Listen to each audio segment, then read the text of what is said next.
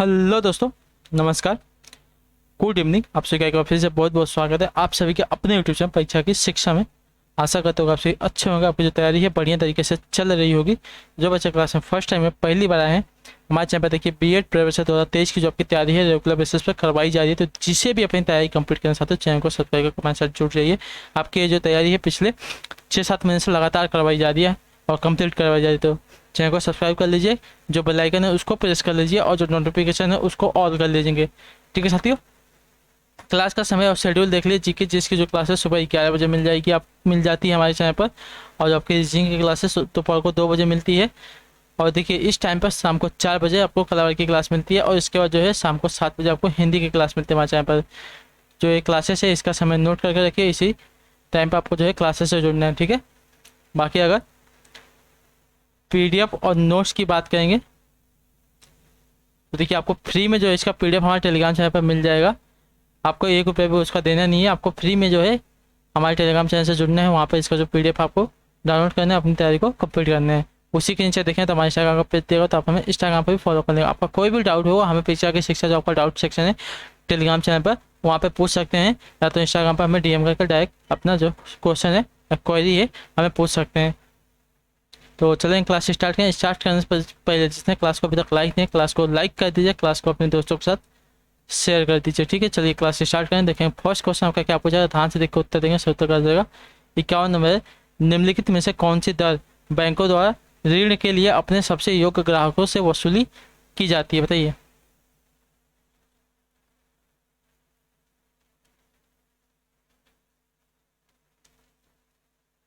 तो देखिए न्यूनतम उधार दर, जो आपका यहाँ पे ए वाला विकल्प देगा आपका एडिशन। ठीक है, जो आपका ए वाला विकल्प देगा आपका एडिशन हो जाएगा। न्यूनतम उधार दर जो है बैंकों द्वारा ऋण के लिए अपने सबसे योग्य ग्राहकों से वसूल की जाती है। तो जो आपका ए वाला विकल्प देगा आपका पर एडिशन। अगला क्वेश्चन देखेंगे 52 नंबर, ध्यान से देखकर बताएंगे। सोते मध्यावधि ऋण रिक्त स्थान तक की अवधि के लिए दिया जाता है, बताइए किस अवधि तक के लिए दिया जाता है। मध्यावधि जो आपका ऋण है किस अवधि तक के लिए दिया जाता है साथियों, इसका आंसर क्या हो जाएगा।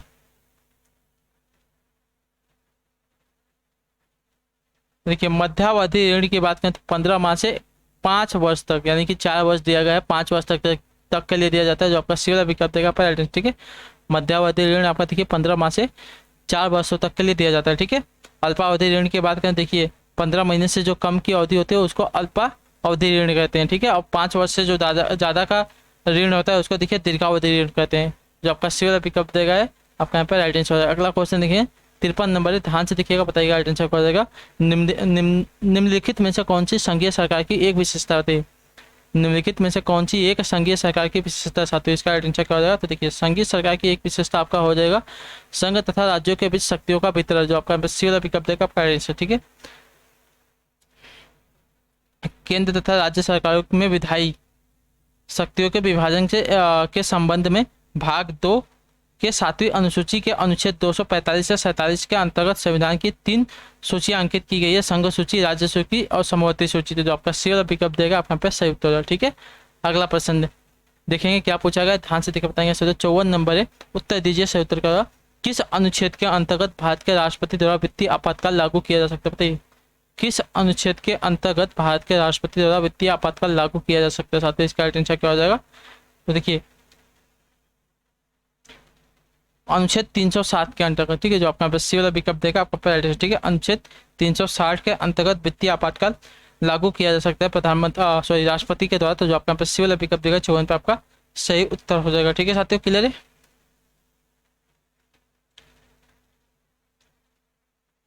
अगला प्रश्न देखिए 55 नंबर, ध्यान से देखकर बताएंगे आंसर क्या होगा। गदर पार्टी के संस्थापक कौन थे, बताइए गदर पार्टी के संस्थापक कौन थे। बसंत कुमार विश्वास, सोहन सिंह भाकना, राम प्रसाद बिस्मिल या भगत सिंह, बताइए गदर पार्टी के संस्थापक कौन थे साथियों। 54 पे राइट आंसर क्या होता है, देखिए सोहन सिंह भाकना, जो आपका पी वाला विकल्प देगा आपका राइट। ठीक है, गदर पार्टी के संस्थापक आपके सोहन सिंह भाकना थे।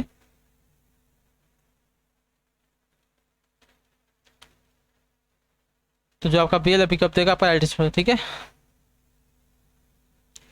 गदर पार्टी का जो जन्म है अमेरिका के सैन फ्रांसिस्को के एस्टोरिया में 1913 में अंग्रेजी साम्राज्य को जड़ से उखाड़ फेंकने के उद्देश्य से हुआ। गदर पार्टी के संस्थापक अध्यक्ष सरदार सोहन सिंह भागना थे। इसके अतिरिक्त केसर सिंह थथरगढ़। उपाध्यक्ष देखिए लाला हरदयाल। महामंत्री देखिए आपका लाला ठाकुर दास धोरी। संयुक्त सचिव और पंडित काशी राम मदरौली आपका देखिए कोषाध्यक्ष थे। तो जो आपका BL विकल्प देगा गद्य पार्टी के संस्थापक पर सोहन सिंह भागना थे। अगला क्वेश्चन देखिए 57 नंबर, ध्यान से देखिएगा, बताइएगा। ईस्ट इंडिया कंपनी का गठन किस वर्ष में हुआ था, बताइए। ईस्ट इंडिया कंपनी का जो गठन है साथियों किस वर्ष में हुआ था, देखिए 1600 ईस्वी में होता। ठीक है, जो आपका यहाँ पे C वाला विकल्प देगा है 56 पे आपका राइट आंसर हो जाएगा। ठीक है, क्लियर है। अगला प्रश्न 57 नंबर है, ध्यान से देखकर बताएंगे इसका उत्तर क्या होगा। हिमालय पर्वत श्रृंखला किस प्रकार की पर्वत श्रेणी में आता है, बताइए। हिमालय पर्वत श्रृंखला आपका देखिए किस प्रकार की पर्वत श्रेणी में आता है साथियों, 57 पर उत्तर क्या हो जाएगा। तो हिमालय पर्वत श्रृंखला की बात करें देखिए आपका वलित पर्वत श्रेणी की श्रेणी में आता है। ठीक है, जो आपका यहाँ पे टी वाला विकल्प देगा आपका राइट आंसर। ठीक है,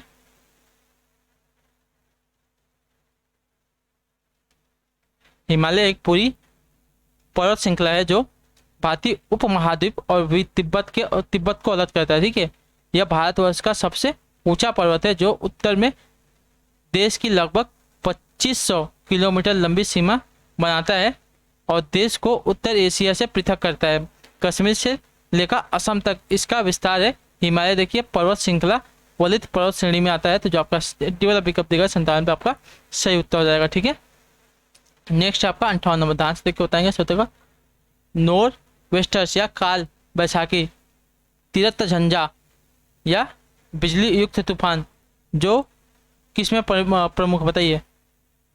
नॉर्थ वेस्टर्स या काल बैसाखी, तीरथ झंझा या बिजली युक्त तूफान कहाँ की प्रमुख विशेषता, बताइए। कहाँ पर आता है ये वाला, तो देखिए आपका ये आता है भारत तथा बांग्लादेश में। तो जो आपका C वाला विकल्प देगा आपका राइट आंसर। ठीक है साथियों, काल बैसाखी से तात्पर्य है तेज गति से चलने वाले तूफान स्थानीय तूफानों से है। इस प्रकार के तूफान साधारणतः बंगाल में आते हैं। गर्म एवं शुष्क स्थानीय हवाएं और आर्द्र समुद्री हवाएं इसका कारण है। इन हवाओं के मिलन के कारण आपका देखिए मूसलाधार वर्षा होती है। तेज मूसलाधार वर्षा के साथ साथ तीव्र गति से तूफान भी आते हैं। इन तूफानों को ही काल बैसाखी कहा जाता है। नॉर्थ वेस्टर्स या काल बैसाखी, तड़ित झंझा या बिजली युक्त तूफान जो भारत तथा बांग्लादेश के प्रमुख है। तो जो आपका C वाला पिकअप देगा 58 पे आपका सही उत्तर हो जाएगा। अगला प्रश्न देखेंगे 59 नंबर, ध्यान से देखिएगा, बताइएगा। सूर्य से आने वाली किरणों से मुख्यतः कौन सा कर्क रोग होता है। फेफड़े का कर्क रोग होता है, लीवर का कर्क रोग होता है, मुंह का कर्क रोग होता है या त्वचा का कर्क रोग होता है, कौन सा रोग होता है। तो देखिए सूर्य से आने वाली किरणों से मुख्यतः आपका देखिए त्वचा का कर्क रोग होता है, यानी कि त्वचा का कैंसर होता है। तो जो आपका यहाँ पे डी वाला पिकअप देगा 59 पे आपका राइट आंसर। ठीक है, अगला प्रश्न 60 नंबर, ध्यान से देखकर बताएंगे। निम्नलिखित में से कौन सा स्तनपायी विशालतम है, बताइए। निम्नलिखित में से कौन सा स्तनपायी आपका विशालतम है। वेल है, गैंडा है, हाथी है, मानव है। तो देखिए वेल, जो आपका ए वाला विकल्प देगा आपका राइट आंसर हो जाएगा। ठीक है, वेल देखिए विशालतम स्तनपायी प्राणी है। तो जो आपका ए वाला विकल्प देगा 60 पे आपका राइट आंसर हो जाएगा। ठीक है, अगला प्रश्न देख लेते हैं क्या पूछा गया है, ध्यान से देखिएगा, बताइएगा उत्तर का। 61 नंबर है, युवा एवं छात्र असंतोष पर स्थापित किस कमेटी ने वर्ष में छात्रों को 40 घंटे शारीरिक श्रम एवं समाज सेवा करने का सुझाव दिया, बताइए। युवा एवं छात्र असंतोष पर स्थापित किस कमेटी ने वर्ष में छात्रों को 40 घंटे शारीरिक श्रम एवं समाज सेवा करने का सुझाव दिया, बताइए। तो देखिए आचार्य नरेंद्र देव कमेटी ने, जो आपका पहला विकल्प देगा आपका एड्रेस। ठीक है, युवा एवं छात्र असंतोष पर स्थापित आचार्य नरेंद्र देव कमेटी ने वर्ष में छात्रों को 40 घंटे शारीरिक श्रम एवं समाज सेवा करने का सुझाव दिया है। तो जो आपका पहला विकल्प दिए गए आपका यहाँ पे राइट आंसर। अगला क्वेश्चन देंगे 62 नंबर, ध्यान से देख के बताएंगे राइट आंसर हो जाएगा। पूछा गया भारत में युवा एवं छात्र असंतोष पर कठोरी मिशन की स्थापना किस सन में की गई थी, बताइए। तो आपकी की गई थी 1964 में। जो आपका बी वाला विकल्प देगा आपका राइट आंसर। ठीक है, भारत में युवा एवं छात्र असंतोष पर कठोरी कमीशन की जो स्थापना 1964 में की गई थी। तो जो बी वाला विकल्प देगा 62 पे आपका राइट आंसर। अगला क्वेश्चन 63 नंबर, ध्यान से देखिए, बताइए सत्य का। प्रतित्व समुदाय, ठीक है, प्रतित्व समुदाय का अर्थ क्या होता है, बताइए। देखिए प्रतित्व समुदाय का अर्थ होता है एक वस्तु के उपस्थित होने पर किसी वस्तु की उत्पत्ति। तो जो आपका यहाँ पे ये वाला विकल्प देगा आपका, ठीक है, प्रतित्व समूह उत्पाद, ठीक है, उत्पाद है तात नहीं है, ठीक है। पतित समुत्पाद का अर्थ होता है कि कोई घटना केवल दूसरी घटनाओं के कारण ही एक जटिल कारण परिणाम के जाल में विद्यमान होती है, अर्थात एक वस्तु के उपस्थित होने पर किसी वस्तु की उत्पत्ति। जो आपका यहाँ पे ए वाला विकल्प देगा, आप पे सही उत्तर है, ठीक है। अगला प्रश्न देखेंगे 64 नंबर, ध्यान से देखिए, बताएगा रिटर्न चौका जाएगा। 64 नंबर, गीता के उपदेश निहित है किसमें, पता, गीता के उपदेश निहित है, तो देखिए गीता के उपदेश निहित है सभी प्रकार के कर्मों के त्याग का, तो जो आपका यहाँ पे सी वाला विकल्प देगा आपका राइट आंसर, ठीक है। गीता के उपदेश निहित है सभी प्रकार के कर्मों के त्याग का, तो जो आपका सी वाला विकल्प 64 पे आपका राइट आंसर होगा। क्वेश्चन 65 नंबर, ध्यान से देखिएगा, बताइएगा सही उत्तर। व्यक्ति को कर्म का संपादन करना चाहिए, व्यक्ति को कर्म का संपादन करना चाहिए कर्तव्य और बुद्धि से, ज्ञान और बुद्धि से, भक्ति बोध से या फल कामना से।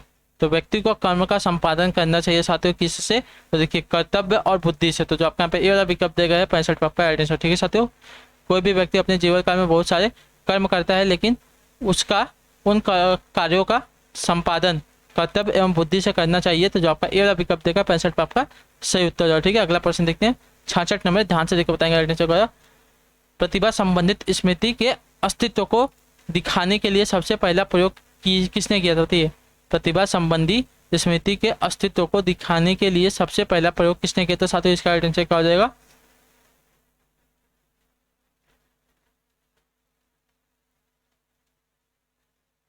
तो देखिए स्पर्लिंग ने, ठीक है, स्पर्लिंग ने किया था, जो आपका यहाँ पे ये वाला विकल्प देगा आपका राइट आंसर। प्रतिभा संबंधी स्मृति के अस्तित्व को दिखाने के लिए सबसे पहला प्रयोग देखा स्पर्लिंग ने किया था, तो आपका ए वाला पिकअप देगा 66 पे आपका राइट आंसर। अगला क्वेश्चन देखें 67 है, ध्यान से बताएं। 67 नंबर बताइए स्मृति के मापन की विधि क्या होती है, बताइए स्मृति के मापन की जो विधि होती है क्या होती है साथियों, इसका राइट आंसर क्या हो जाएगा,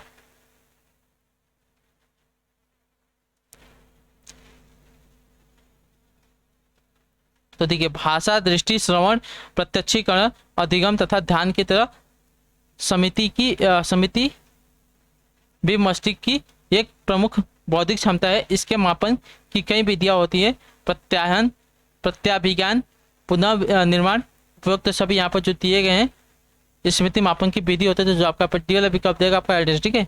स्मृति मापन की विधि क्या होते हैं, तो देखिए प्रत्याहन, प्रत्याभिज्ञान, पुनर्निर्माण, ये सभी होते हैं, तो जो आपका डी वाला दिया गया आपका यहाँ पे सही उत्तर हो जाएगा, ठीक है, क्लियर है। अगला प्रश्न देख लेते हैं 68, ध्यान से देख के बताएंगे आंसर क्या हो जाएगा। सीखने के प्रयास एवं त्रुटि सिद्धांत का प्रतिपादन किसने किया, बताइए सीखने के सिद्धांत एवं त्रुटि सिद्धांत का प्रतिपादन किसने किया है, हिलगार्ड ने, थर्नडाइक ने, पावलाव ने या कोहलर ने, किसने किया है सीखने के प्रयास का त्रुटि सिद्धांत प्रतिपादन किसने किया था, तो 68 पे आंसर क्या हो, देखिए थर्नडाइक ने, जो आपका यहाँ पे बी वाला विकल्प देगा 68 पे आपका सही उत्तर, ठीक है। सीखने के प्रयास एवं त्रुटि सिद्धांत का प्रतिपादन कर, ठीक है, थर्नडाइक ने किया था, जो आपका बी वाला विकल्प देगा 68 पे आपका। अगला क्वेश्चन 69 नंबर है, ध्यान से देखिए बताइए राइट आंसर क्या होगा। शुद्ध ज्ञान की समीक्षा किसकी रचना, बताइए शुद्ध ज्ञान की समीक्षा किसकी रचना है, इसका राइट आंसर क्या हो जाएगा, तो देखिए शुद्ध ज्ञान की समीक्षा आपकी रचना है इमैनुअल कांट की, जो आपका यहाँ पे ये वाला विकल्प देगा आपका एड्रेस, ठीक है। शुद्ध ज्ञान की समीक्षा आपके देखिए इमैनुअल कांट की रचना है, तो जो आपका ए वाला विकल्प देगा 69 पे आपका एड्रेस। अगला क्वेश्चन 67, ध्यान से देखकर बताएंगे सही उत्तर क्या होगा। स्वादिष्ट भोजन देखकर मुंह में पानी आ जाना किस क्रिया का उदाहरण है, मूल प्रवृत्ति का है, सहज क्रिया का, अस्थायी भाव का है, या ये सभी का है, किसका है, देखिए सहज क्रिया का, जो आपका ए वाला विकल्प देगा आपका एड्रेस, ठीक है। स्वादिष्ट भोजन देखकर मुंह में पानी आ जाना एक सहज क्रिया है जो अपने आप हो जाती है, तो जो अपना पी वाला विकल्प देगा 70 पे आपका एड्रेस। अगला क्वेश्चन देखिए 71 नंबर, ध्यान से देखिएगा बताएगा सही होगा। कौन सा पठार भारत की खनिज दिल के देश के रूप में जाना, बताइए कौन सा पठार भारत की खनिज दिल के देश के रूप में जाता है, इसका आइडेंटिफाई कर चाहते हो, देखिए आपका छोटा नागपुर का पठार, जो आपका बी वाला विकल्प देगा आपका आइडेंटिफाई, ठीक है। छोटा नागपुर का पठार भारत का खनिज हृदय प्रवेश कहा जाता है। यह लोहा, कोयला, बॉक्साइट, तांबा, माइका आदि खनिजों के उत्पादन के लिए जाना जाता है। छोटा नागपुर क्षेत्र झारखंड के अलावा झारखंड के समवर्ती राज्यों जैसे उड़ीसा, पश्चिम बंगाल, छत्तीसगढ़, बिहार में विस्तारित है, तो जो आपका बी वाला विकल्प देगा आपका सही उत्तर। छोटा नागपुर का जो पठार है भारत की खनिज यानी कि दिल के देश के रूप में जाना जाता है, जो आपका बी वाला विकल्प देगा 71 पे आपका सही उत्तर। अगला क्वेश्चन 72 नंबर, ध्यान से देख के बताएंगे राइट आंसर को। निम्नलिखित में से कौन सा पदार्थ समुद्र में पाया जाता है, बताइए। समुद्र जल में से निकाला जाता है, निम्नलिखित में से कौन सा जो पदार्थ है समुद्र जल से निकाला जाता है? चूना पत्थर है, बलुआ पत्थर है, कोबाल्ट है या ब्रोमीन है? तो देखिए ब्रोमीन, जो आपका डी वाला विकल्प देगा आपका राइट आंसर, ठीक है। ब्रोमीन को समुद्री जल से प्राप्त किया जाता है या समुद्री जल में मैग्नीशियम ब्रोमाइड के रूप में पाया जाता है। समुद्र में पोटेशियम, मैग्नीशियम, आयोडीन आदि भी प्राप्त किए जाते हैं। तो जो आपका डी वाला विकल्प देगा आपका राइट आंसर, ठीक है। समुद्र से कौन सा आपका देखिए पदार्थ निकाला जाता है? तो देखिए आपका ब्रोमीन निकाला जाता है, ठीक है। जो आपका डी वाला पिकअप देगा 72 पे आपका राइट आंसर। अगला क्वेश्चन देखिए 73 नंबर, ध्यान से देख बताएंगे सही उत्तर कर। भारत की पंचवर्षीय योजना का मुख्य उद्देश्य क्या था, बताइए। भारत की 12वीं पंचवर्षीय योजना का मुख्य उद्देश्य क्या था? इसका राइट आंसर क्या होगा? देखिए भारत की पंचवर्षीय पंचायत क्या है, भारत की 12वीं पंचवर्षीय योजना का मुख्य उद्देश्य क्या था? तो देखिए तेज, सतत और अधिक सम्मिलित विकास, जो आपका डी वाला पिकअप देगा आपका राइट आंसर, ठीक है। भारत की 12वीं पंचवर्षीय योजना का जो मुख्य उद्देश्य था तेज, सतत और अधिक सम्मिलित विकास था, जो आपका डी वाला पिकअप देगा आपका पे राइट आंसर। अगला क्वेश्चन देखिए 74 नंबर, ध्यान से देख बताएंगे राइट आंसर का। संवैधानिक उपचारों का अधिकार के तहत आता है क्या, बताइए। संवैधानिक उपचारों के तहत, संवैधानिक उपचारों का अधिकार के तहत क्या आता है? मौलिक अधिकार आता है, कानूनी अधिकार आता है, संवैधानिक अधिकार आता है या प्राकृतिक अधिकार आता है? क्या आता है? तो ठीक है मौलिक अधिकार आता है, ठीक है। जो आपका ए वाला विकल्प देगा आपका 74 पर 77 है, ठीक है। संवैधानिक उपचारों का अधिकार अनुच्छेद 32 में है, यह आपका मूल अधिकार है। इसके तहत सर्वोच्च न्यायालय को मूल अधिकार का संरक्षक बनाया गया है। तो जो आपका ए वाला विकल्प देगा 74 पे आपका। अगला क्वेश्चन है 75 नंबर, ध्यान से देखिएगा बताइएगा सही उत्तर का। संयुक्त राष्ट्र संघ की सरकारी भाषाएं क्या है, बताइए। संयुक्त राष्ट्र संघ की सरकारी भाषाएं क्या चाहते हो? इसका आंसर क्या होता है? देखिए अंग्रेजी है, फ्रेंच है, चीनी है, रूसी है, अरबी है और स्पेनिश है। तो जो आपका ए वाला पिकअप देगा आपका आंसर, ठीक है। अंग्रेजी, फ्रेंच, चीनी, रूसी, अरबी, स्पेनिश, ये आपकी 6 भाषाएं संयुक्त राष्ट्र की राजकीय भाषाएं हैं। तो जो आपका यहाँ पे ए वाला पिकअप देगा 75 पे आपका राइट आंसर। अगला क्वेश्चन 76 नंबर, ध्यान से देख के बताएंगे सही उत्तर कर देगा। हंटर आयोग ने किसके विकास पर अधिक बल दिया था, बताइए। प्राथमिक शिक्षा के, माध्यमिक शिक्षा के, स्त्री शिक्षा पे या तकनीकी शिक्षा पे? हंटर आयोग ने किसके विकास पर अधिक बल दिया था? 76% उत्तर कर। देखिए प्राथमिक शिक्षा के विकास पर हंटर आयोग ने अधिक बल दिया था, जो आपका ए वाला विकल्प देगा 76 पर आपका सही उत्तर हो जाएगा, ठीक है। 1882 में गठित हंटर कमीशन ने प्राथमिक शिक्षा, प्राविधिक शिक्षा, मातृत्व भाषा के में शिक्षा पर बल दिया था, जो आपका ए वाला विकल्प देगा 76 पर आपका सही उत्तर। अगला क्वेश्चन 77 नंबर, ध्यान से देख के बताएंगे सही उत्तर कर देगा। इकोनॉमिक सर्वे किसके द्वारा प्रकाशित होता है, बताइए। इकोनॉमिक सर्वे किसके द्वारा प्रकाशित होता है? Reserve bank of India, planning commission, ministry of finance, Indian statistical institute, किसके द्वारा बताइए।